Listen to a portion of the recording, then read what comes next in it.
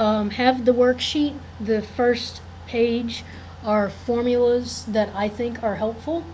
The first set of formulas have to do with capacitors, and you have that current is C dV dt, and you use this one if you are given the voltage across a capacitor either as a graph or a function, and you have to find the current, then you use that. The second one is if you are given the current and you have to find the voltage. The deal is if you're given the current and you have to find the voltage, you have to find out what the initial voltage is in some other sort of way in order to use that to get the initial condition. And then the energy stored in a capacitor is 1/2 CV squared. And then the formula underneath that is the one that you would use for an RC circuit.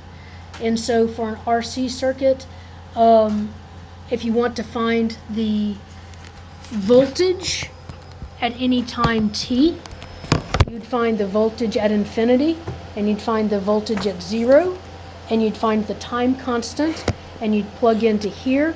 And if you've seen me work others of these problems, I prefer to think of this as VC at infinity plus VC at 0 minus VC at infinity e to the minus 1 over tau t, rather than saying t over tau, because when I calculate tau, I just go ahead and take its reciprocal so that I don't have a fraction in my exponent, I just have a single number up there. So it's the same thing. I just do, instead of minus t over tau, I do minus 1 over tau times t. And for an RC circuit, the time constant is RC. And then we have the same set of formulas for inductors. So, if you needed the current for an RC circuit, different ways to do it, but one way is certainly to find the voltage, and then the current is C dV dt. Then you take the derivative of it and multiply by the capacitance, and that would get you the current. So you still, once you've done this, you can still do I equals C dV dt. So you just take the derivative of what you find for this. For an inductor, if you have to find the voltage and you're given the current, either as a function or a graph, then you find the derivative and multiply by the inductance, and that gets you the voltage across the inductor. If you need the current through the inductor, it's the initial current plus 1 over L times the integral of V dt. You do have to find that initial current. And the stored energy is 1/2 Li squared. And then for an LR circuit, it's very similar formula in structure. Instead of voltage like we had with the capacitor, we have current for an inductor. And so in the current is the current at infinity plus, in parentheses, the current at 0 minus the current at infinity times e to the minus 1 over tau times t. And the time constant for an LR circuit is L over R. And that's R equivalent. Whenever you're looking for the time constant, you use the Thevenin equivalent resistance.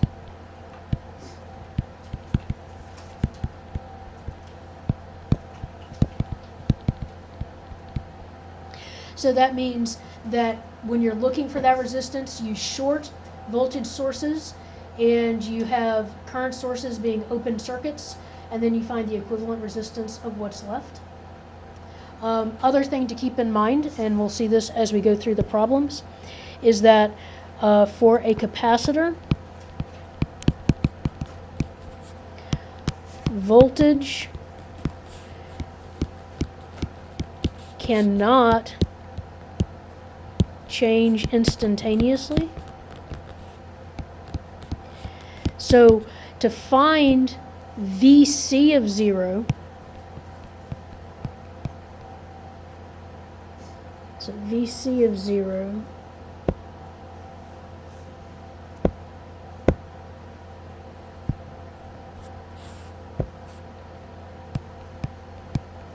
you find VC of 0 minus.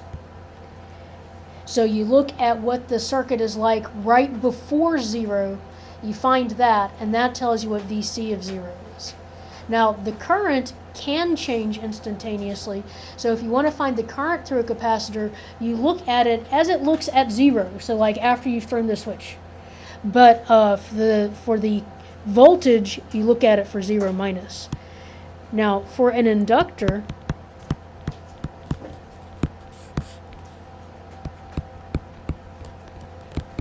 current cannot change instantaneously.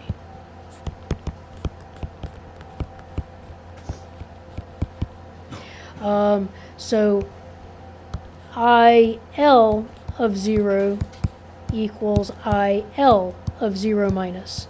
So if you want to find the current through an inductor at time t equals 0, you look at what the circuit was like right before t equals 0, so right before any kind of switch action, and the current at 0 has to be the same as that. For an inductor, the voltage can change instantaneously. So for the voltage, you look at what it's like at 0. But these things are really important, and if you're trying to find out anything else about a circuit, you can count on these being true. So these are true. And so you use that, and then you find other things that follow from it. Okay, and then the other things that I have on this page, so those were about capacitors and inductors. I also have the characteristics of an ideal op amp. For an ideal op amp, when you've got an op amp, you have a positive and a negative, and I tend to use P and N. You can also use plus or minus, so P for positive and N for negative. And what is true for an op amp, and you have V out is on the other side. What's true for an op amp is that the current into the positive terminal has to equal the current into the negative terminal, which has to equal 0. So IP equals IN equals 0, or I plus equals I minus equals 0.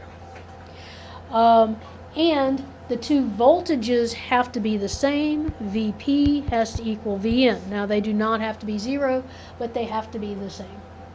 And from these rules, you can solve all of your op amp problems. Now, we have something that we call the gain. And the whole point of an op amp is that your out voltage is related to your in voltage in some sort of way, or your source voltage. And so your gain is VO over VS. Your book calls this G. Your notes from class, it was called A. So on these examples here, where you have A equals 1 plus R2 over R1, what that means is that V out equals 1 plus R2 over R1 times Vn. So those A's are what you would multiply the Vn by to get the V out. And in your book, they're called G, so you'll see the same sort of diagrams in the book. Notice sometimes plus is on top and sometimes plus is on bottom. You just have to pay attention to it because it can be either way. And these are some special op amps that have special properties. So you have the non-inverting amplifier, which does not change the sign. You have the follower, which has your V out equals your Vn. You have inverting, which changes the sign, but they all have to do with the values of the resistors too. So inverting doesn't just mean it changes the sign, it's minus R2 over R1. If R2 equaled R1, then it would just change the sign. You have the summing amplifier.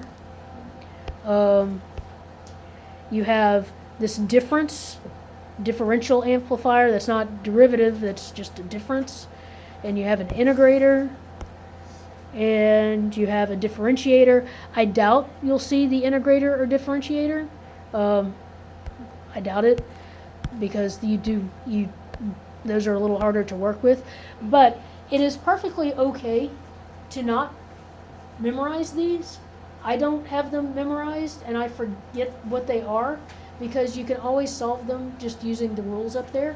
If you happen to recognize it, if you see it, and you say, hey, that exactly matches what I know, then you can use that, but you don't have to. I don't know what y'all are allowed to have on your formula sheet, so I don't know if you're allowed to draw these. You are? Okay, so then that could be useful. If you have that. Something completely worked out. Oh, okay. But you could have like this and okay, so you might as well put those on there. Let me see if you have them. And non-inverting, inverting, and follower. So just those three. I think that's what she said. Okay. All right. Okay. So I